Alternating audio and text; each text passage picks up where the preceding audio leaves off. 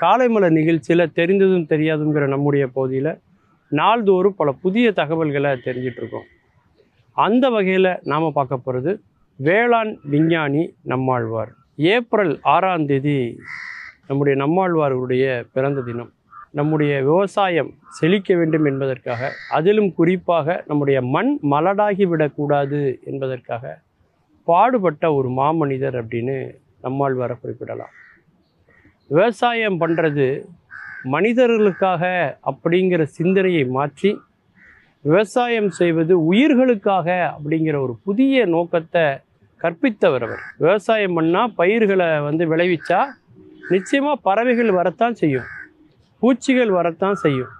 உணவு என்பது மனிதனுக்கு மட்டுமல்ல, பறவைகளுக்கும் பூச்சிகளுக்கும் பல்லுயிர்களுக்கும் தான் என்பதை உணர்த்தியவர் அவர். பூச்சி வந்தால் தான் அது நல்ல பழம் இல்லையா, பறவைகள் வந்தால் தான் நல்லது அப்படின்னு சொன்னார். அதற்கு எதிராக பூச்சிக்கொல்லி மருந்தை தெளித்து பூச்சி வராமல் பயிர்களை பறவைகள் சேதப்படுத்தாமல் தடுக்கிற நம்முடைய செயற்கைத்தனத்துக்கெல்லாம் எதிர்ப்பு குரல் கொடுத்தவர் நம்மாழ்வார். 1957 ஆர்பி டொமினிக் ஃபயர் அப்படின்னு ஒருத்தருக்கு சமாதானத்துக்கான நோபல் பரிசை கொடுக்குறாங்க. அவர் என்ன பண்ணார் அப்படின்னு பார்த்தீங்கன்னா, போரால் பாதிக்கப்பட்ட பகுதி அல்லது இயற்கையினுடைய சீற்றத்தால் பாதிக்கப்பட்ட பகுதிகளில் உள்ள மக்களை போய் சந்தித்து அவங்களுக்கு மறுவாழ்க்கையை அவர் அமைச்சு கொடுக்குறார். அதற்கு அவர் கையில் எடுத்தது என்னென்னா, விவசாய பண்ணைகளை அமைக்கிறார். அமைத்து தற்சார்பு பொருளாதாரத்தின் மூலமாக அவருடைய வாழ்க்கை தரத்தை உயர்த்துறார்.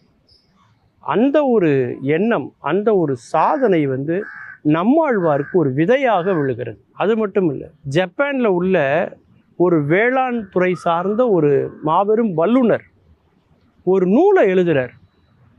ஒற்றை வைக்கோல் புரட்சி என்பது அந்த புத்தகத்தினுடைய பெயர். அந்த புத்தகம் நம்மாழ்வார் மனதில் ஒரு மிகப்பெரிய ஒரு தாக்கத்தை ஏற்படுத்தும். நம்முடைய ஊரில் 1979 81 வரைக்கும் 3 ஆண்டுகள் தர்மபுரியில் உள்ள நாட்ராம்பாளையத்தில், அதாவது அந்த மலையூர்னு சொல்லக்கூடிய அந்த மலையூர் மம்முட்டியான்னு சொல்லக்கூடிய அவர் இருந்த அந்த பகுதிகள் எல்லாத்தையுமே அந்த நிலங்களை எல்லாம் திருத்தி அந்த பகுதியை மழை நீரை சேகரிக்கவும் சேமிக்கவும் வழிவகை செய்தவர் நம்மாழ்வார். சின்ன சின்ன சிற்றோடைகளில் கூட ஒரு சிறு தடுப்பு அணையை வைத்து அங்கே பல வண்ணத்து பூச்சிகளை வளர்ப்பதற்கான வாய்ப்புகளை ஏற்படுத்தி கொடுத்தவர் நம்மாழ்வார். அது மட்டும் இல்லை, இன்றைக்கு நாமெல்லாம் டிராக்டரை வச்சு உழுதுட்ருக்கோம். ஒரு காலத்தில் காளை மாடுகளை பயன்படுத்துவாங்க உழவுக்கு. அப்போ மாடுகளை வைத்து உழவு செய்வதை விட டிராக்டரை வச்சு உழுதா சீக்கிரமாக உழுதுடலாம், அதே நேரத்தில் ஆழமாகவும் உழலாம், விலங்குகளை நம்ம வதைக்கவும் வேண்டாம் அப்படின்லாம் புரட்சி பேசினாங்க. அப்போ நம்மாழ்வார் ஒரு கேள்வி கேட்டார். நம்முடைய நிலத்தில் மாடுகளை வைத்து உழுகிற போது அந்த மாடு சாணம் போடும், அந்த சாணம் நமக்கு ஒரு சிறந்த உரமாக பயன்பட்டது, இந்த டிராக்டர் அந்த சாணத்தை போடுமான்னு கேட்டார்.